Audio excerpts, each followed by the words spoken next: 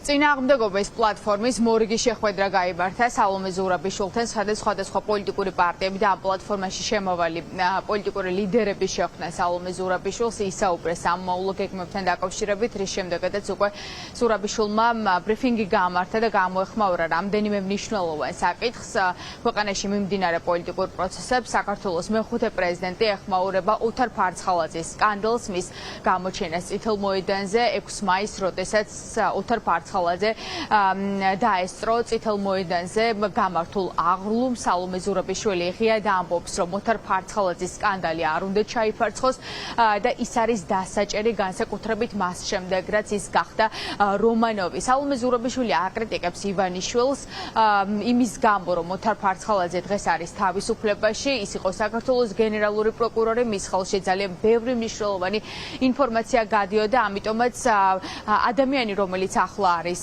საკმაოდ მჭიდრო კავშირებში კრემლის მაღალ ჩინოსნებთან, მისი საქართველოში თავისუფლად გადაადგილება არის ქვეყნის ერთ-ერთი ყველაზე დიდი გამოწვევა, ამბობს სალომე ზურაბიშვილი. საქართველოს გენპროკურორი ეს იყო ადამიანი, რომლის ხელში გადიოდა ყველა საქმეები და ყველა ინფორმაცია, ესე იგი ჩვენი უსაფრთხოების თვის ეს არის ძალიან დიდი პრობლემა.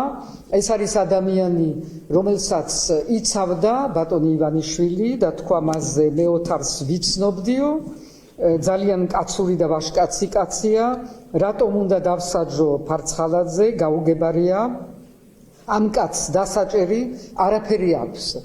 შეიძლება იმის მერე რაც რომანოვი გახდა, შეიძლება დასაჭერიც გახდეს. ყოველ შემთხვევაში ჩვენი უსაფრთხოების საკითხები და პასუხისგებლობა იმაზე, რომ ეს ადამიანი ამდენ ხანს შემოდის საქართველოში, გადის საქართველოდან და არის ამ ურთიერთობაში ოკუპანტ რეჟიმის ლიდერებთან, ეს არის ძალიან დიდი პრობლემა და გამოწვევა ჩვენი ქვეყნისთვის.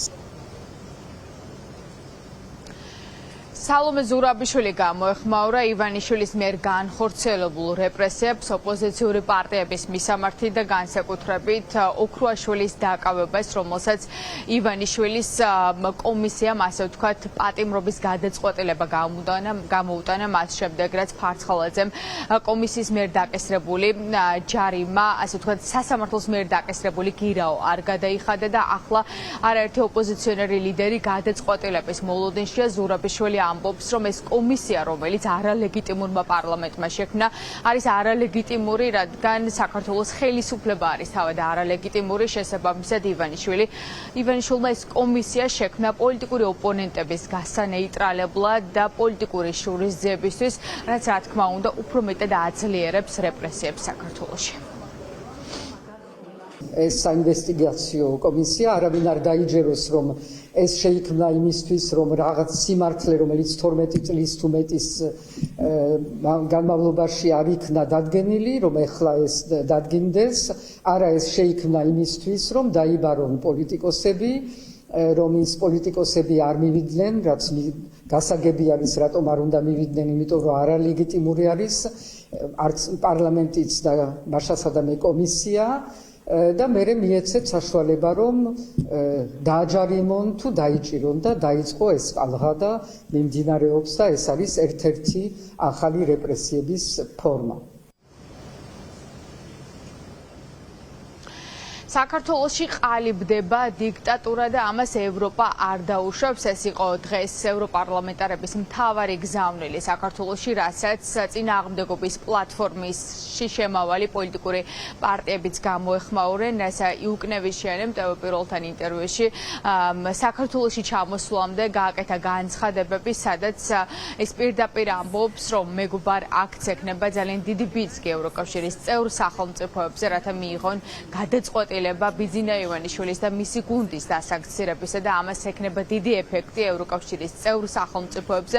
ოპოზიცია პირდაპირ შეიძლება ითქვას, რომ სრულად იზიარებს ევროპარლამენტარების ამ პოზიციას, პირდაპირ ამბობენ, რომ სანქციები აუცილებლად გაგრძელდება, განსაკუთრებით იმ პირების წინააღმდეგ, რომლებიც არღვევენ ადამიანის უფლებებს, არა მხოლოდ რიგითი პოლიციელების მისამართით, არამედ აუცილებლად დასანქცირდებიან ის მაღალჩინოსნებიც, რომლებიც ასრულებენ ბიძინა ივანიშვილის დაკვეთებს და პასუხისმგებლობა დაეკისრება ყველა იმ ადამიანს, რომელიც ძირს უთხრეს საქართველოში დემოკრატიას, შესაბამისად ოპოზიციას აქვს.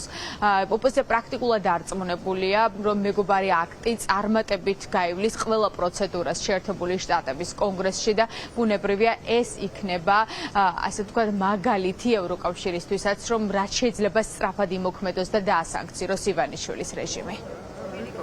ავისწავათ უნდა გვესმოდოს, რომ მეგობარი აქტის ევროპარლამენტის რეზოლუციები, ევროკავშირის გადაწყვეტილებები ემსახურება იმას, რომ შეჩერდეს საქართველოში რეპრესიები. ემსახურება იმას, რომ საქართველო დაუბრუნდეს ევროინტეგრაციის გზას. ამას ემსახურება. და ამიტომ არის ეს ნაბიჯები სწორედ საქართველოს მოსახლეობის ქართველი ხალხის ხარდამჭერი ნაბიჯები. ბრძოლის პარალელურად ჩვენ ხედავთ უპრეცედენტო მხარდაჭერას ჩვენი პარტნიორების მხრიდან, როგორც ცალკეული ქვეყნების ბრიტანეთი, შეერთებული შტატები, გერმანია, საფრანგეთი, პოლონეთი, ბალტიის ქვეყნები, ჩეხეთი და ასე შემდეგ, ასევე ინსტიტუციური მხარდაჭერა საერთაშორისო ორგანიზაციების მხრიდან და მეგობარი აქტი, რა თქმა უნდა, არის ძალიან დიდი სიმბოლური მძლავრი მხარდაჭერის აქტი, რომელიც უდიდეს პრობლემებს შეუქმნის რუსულ ოცნებას, ხოლო ხალხს მიცემს ბევრი შესაძლებლობა. და შედეგი არის ის, რაც დგება როგორც ევროპაში, ასევე შეერთებულ შტატებში, რომ სანქცირდებიან ის ადამიანები, ვინც საქართველოს წინსვლას, პროგრესს, განვითარებას, ევროინტეგრაციას ხელს უშლის და ძირს უთხრის დემოკრატიული ინსტიტუციების არსებობას და ეწინააღმდეგება ზოგადად ქვეყანაში დემოკრატიული ფასეულობების იცე ერთგულებას. ევროპარლამენტარები პრაქტიკულად ტოლობის ნიშანს სწავენ ივანიშვილისა და ლუკაშენკოს რეჟიმებს შორის და პირდაპირ ამბობენ, რომ ის, რასაც ახლა საქართველოს მოქალაქეები გადიან, უკვე გაიარა ლუკაშენკოს ხელში ბელორუსის თითოეულმა მოქალაქემ და ახლა ისევე როგორც ბელორუსელი ხალხი საქართველოს მოქალაქეებიც არიან ევროკავშირის სიკეთების დაკარგვის ზღვარზე. რასა იუკნევიჩიანემ პირველებთან ინტერვიუში საქართველოს თითოეულ მოქალაქეს შეახსენა, რას დაკარგავენ ისინი ბიძინა ივანიშვილის ანტიდასავლური პოლიტიკის გამო და პირველ რიგში ეს არის უვიზო რეჟიმი, რომელიც ასე მნიშვნელოვანია საქართველოს თითოეული მოქალაქისთვის.